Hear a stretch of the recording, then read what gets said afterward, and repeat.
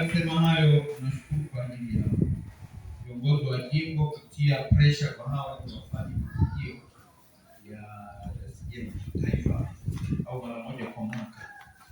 Na nasema tu Mungu awabariki kwa kazi ambayo mlioifanya, kwa sababu Galatia 6:6 inasema mshirikishe mkufunzi wako katika neema.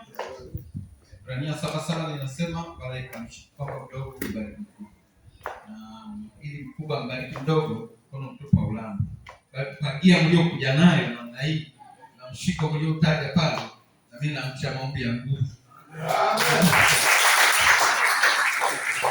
Ili Mungu sasa awakumbuke kwenye masomo yenu, wengine mnasoma kwenye uchumi wenu, wengine mnatafuta barua na kwenye huduma zenu. Tunajua mna mkutano mkubwa mwezi wa 9, na ni kwamba mkutano huu kwa historia, kwa sababu kanisa zima tunaenda kuunga mkono.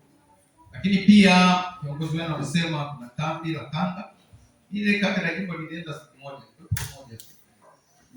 Kwa hiyo hamkwenda. Sasa hili angalau mwende. Mimi nilipokuwa sije miaka hiyo, nilikuwa sije miaka 17 kwenye jimbo la zamani ile mfululizo miaka 10. Nikaenda taifa miaka 5 kwa wakati mkuu. Ikawa tena miaka 5 mwezi mkuu. Kwa hiyo kijumlisha 17 ongeza 10, 27 yetu tumekuwa kwenye simu. Sasa kipindi cha miaka 17 mpaka hiyo